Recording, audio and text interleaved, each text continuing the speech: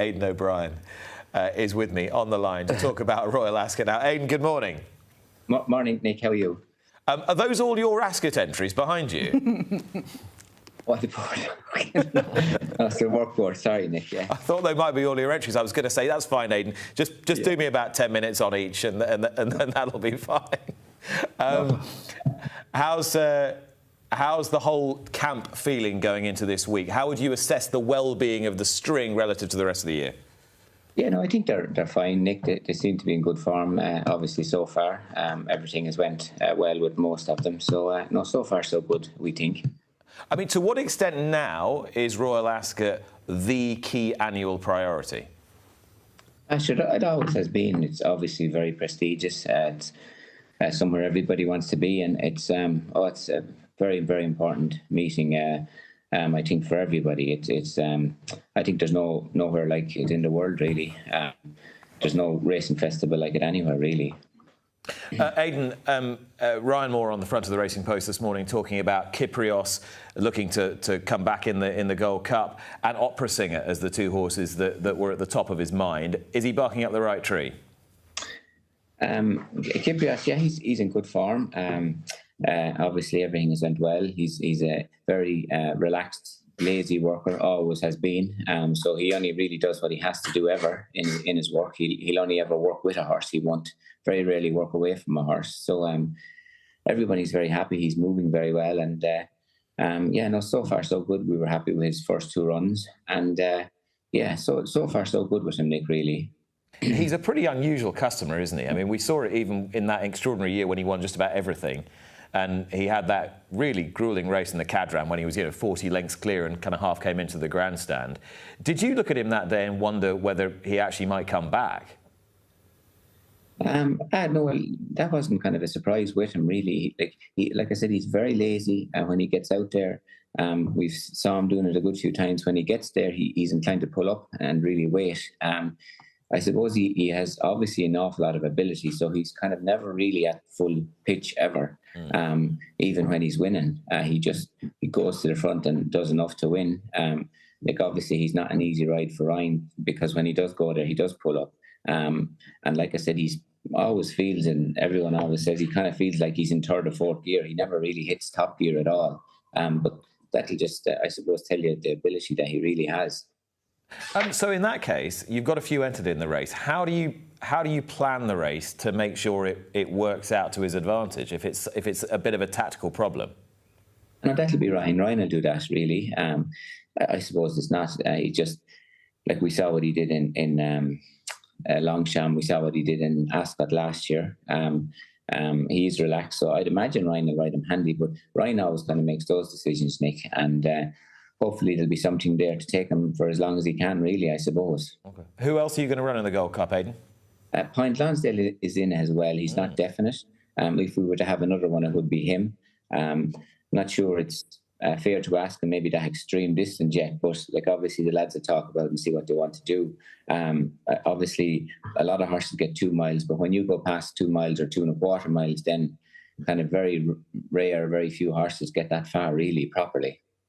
I mentioned that Ryan had talked about Opera Singer very positively. She obviously had her comeback run in the Irish Guineas, and her Conqueror Fallen Angel won't be running in the Coronation Stakes. You said it was very much the first step on the way. Have you seen what you wanted to see since, and how much better are we going to see on Friday? Yeah, we're very happy with her. She's another filly, is not an exuberant worker. She was only in full work kind of 4 weeks before the chorus. So really, if she had a finish mid-div, we'd have been very happy. And we knew if we were thinking of coming to Ascot, she had to have a run. So we were kind of surprised how well she ran, really. But she is in good form since, and everyone is happy with her. Her work has been nice, and obviously we're looking forward to seeing her run again. I mean, she was so explosive in the Marcel Boussac. On what you're seeing at the moment, could she do something like that again, do you think, as a 3-year-old? She could do anything, and she's going to get much further than a mile. Obviously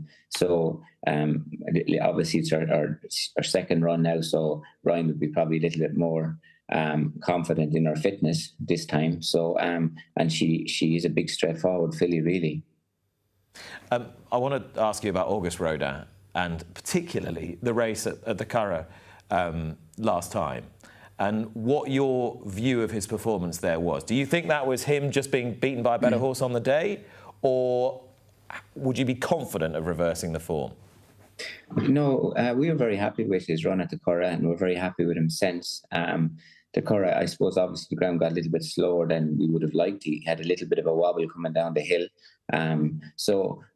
Like lots of different things, and it is his third run back. Like we're very happy to go and run again all the same horses again and more, if that is the way. But we always had our eye on this race for a long time, and all the other races were kind of stepping stones on the way, you know. So that's what we were thinking.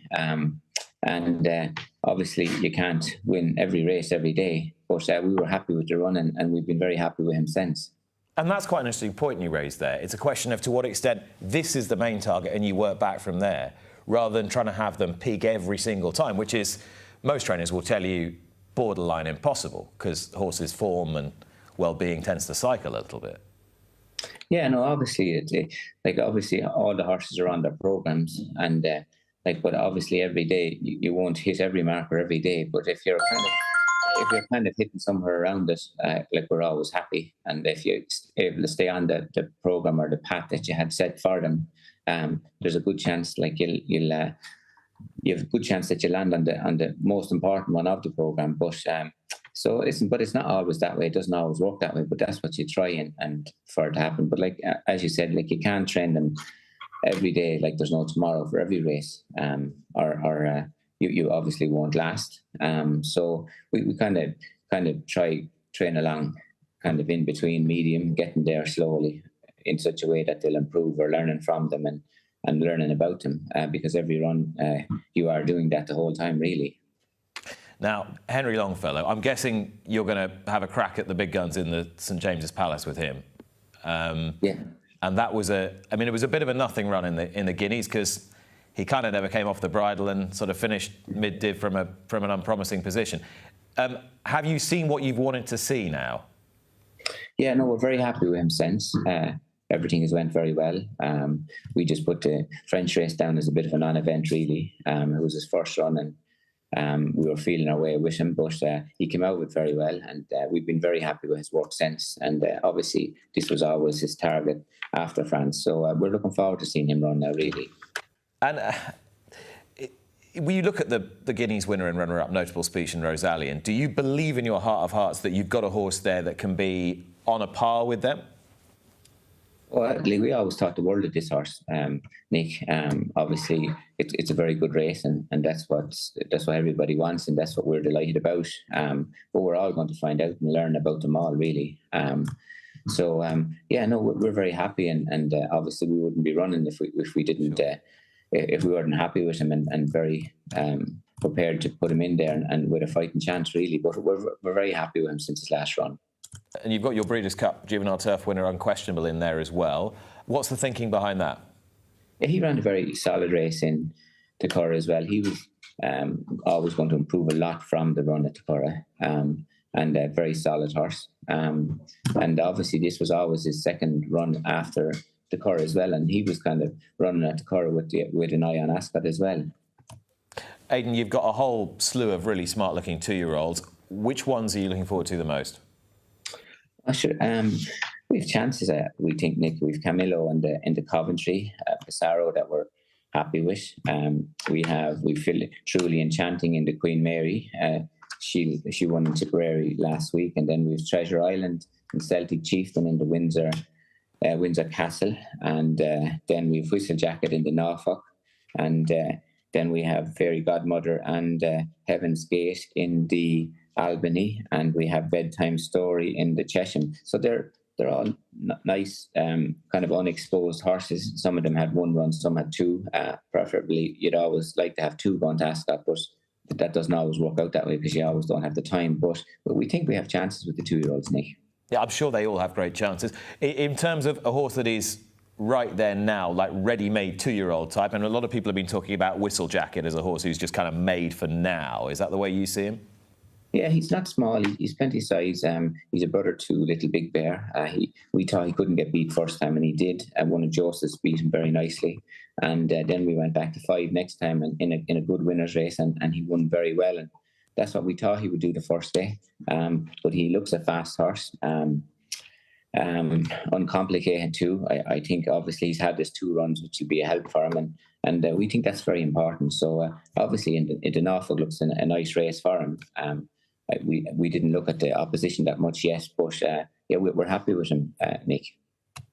And Continuous is another horse I need to ask you about. I see he heads most lists for the Hardwick Stakes at the moment, last year's St Ledger winner.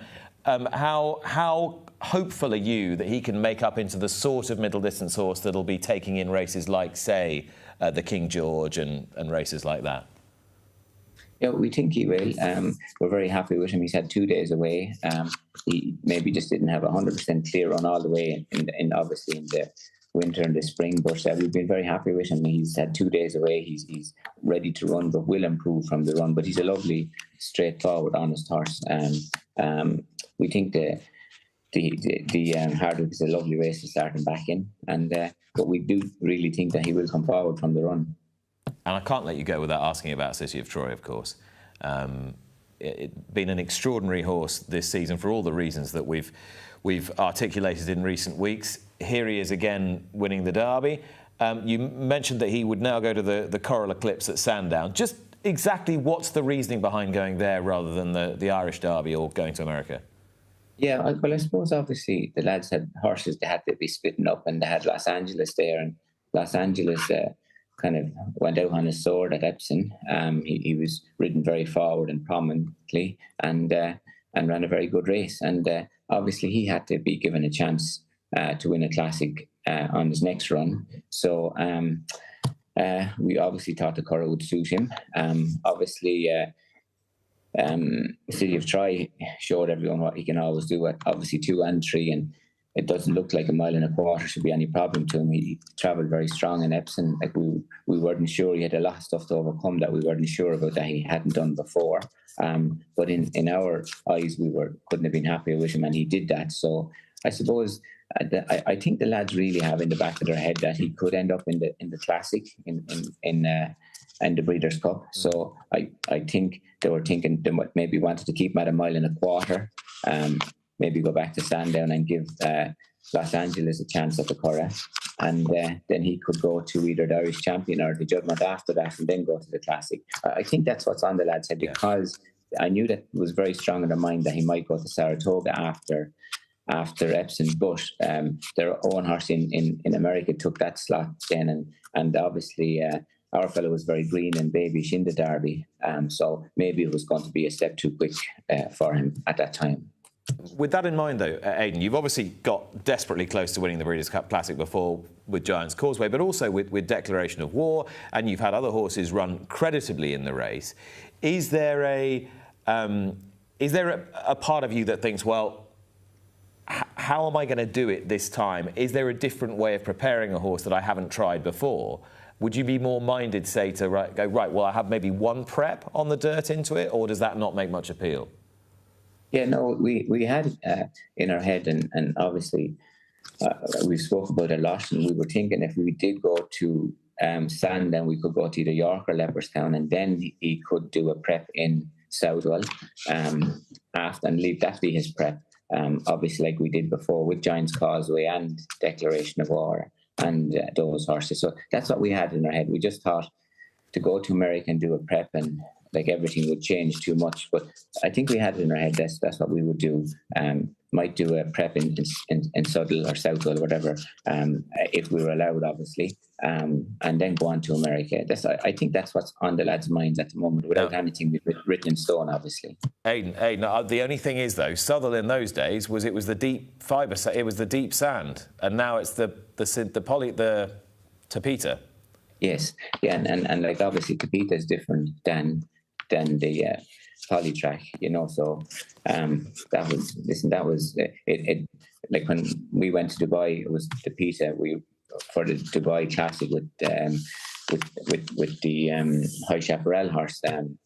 So at that time, yeah. So it's not 200 miles away from it, Nick. You know what I mean, really. And the track is subtle, like always. Like it always, like we always felt it did us good anytime we went there with any type of horses, really. Sure. Aidan, good luck this week at Royal Ascot. I hope it all goes smoothly for you. Thanks for your time this morning. Appreciate it, Nick. You're welcome. Pleasure. Thank you. Watch live racing now on racingtv.com.